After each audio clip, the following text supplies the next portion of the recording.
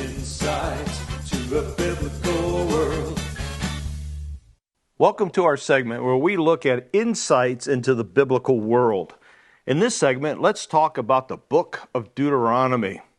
Deuteronomy, like Leviticus and Numbers, can be difficult to read because it appears that nothing is happening in Israel's journey to the Promised Land.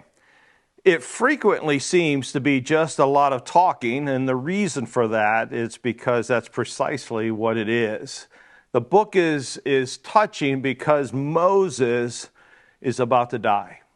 Nevertheless, he encourages the Israelites to settle in the land that God promised to their forefathers a long time before this, and he recites their journey. He kind of takes them on a history lesson, and he explains the terms of their covenant with God in very simple and basic terms. And so if they follow God's instructions, he will continue to bless them with peace and prosperity, just as he has promised.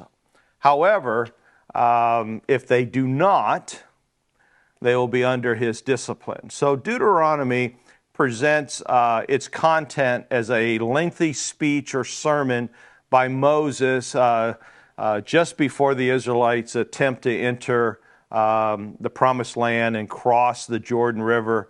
And this would be the second time they were thinking about entering into the Promised Land. Now, Moses is 120 years old at the time, and the Israelites had reached the end of this journey from Egypt. And so they're on the verge of entering the Promised Land, and yet Moses knows he cannot enter.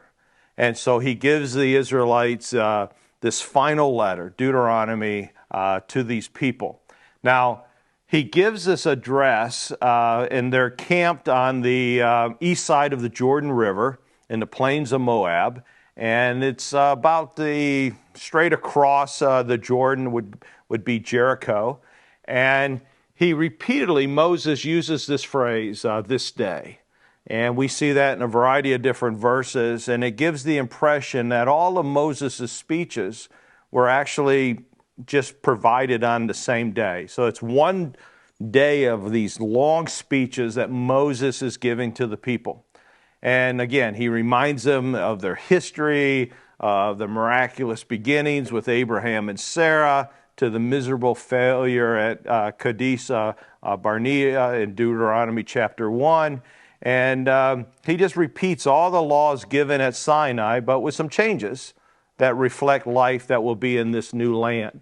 And this is why the book is referred to as Deuteronomy, and in our English Bibles at least. And that title is made up of two words that means second law, deuteros plus nomos.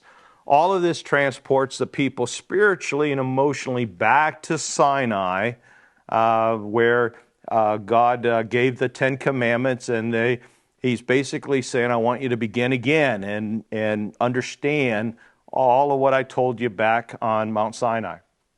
However, Deuteronomy is more than a repetition of a long list of laws. It is designed to get the people to agree to obey God completely. As a result, chapters 27 through 30 are structured as a public covenant, a commitment ceremony, if you will, to submit that decision to follow God. It has some very serious content, as two chapters, 28 through 30, contains a long list of curses that will befall on the people if they reject the Lord as their God.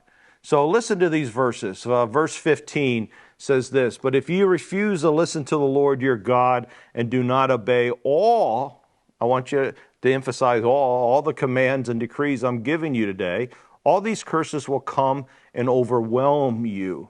Your towns and your fields will be cursed. Your fruit baskets and breadboards will be cursed. Your children and your crops will be cursed. The offspring of your herds and flocks will be cursed.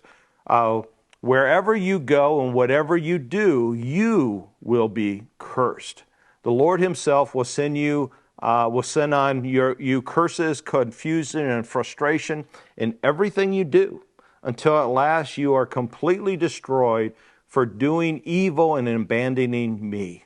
The Lord will afflict you with diseases until none of you are left in the land you are about to enter and occupy.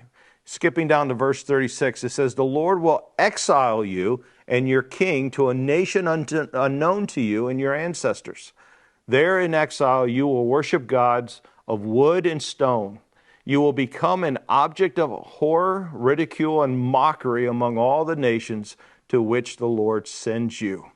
Unfortunately, these last statements reflect what happened when Israel was exiled from the land. Today, God demonstrates His grace to us that we are His children. However, He demands obedience, just like He did for the Israelites. Deuteronomy is a profound book. We must take it more seriously than Israel did.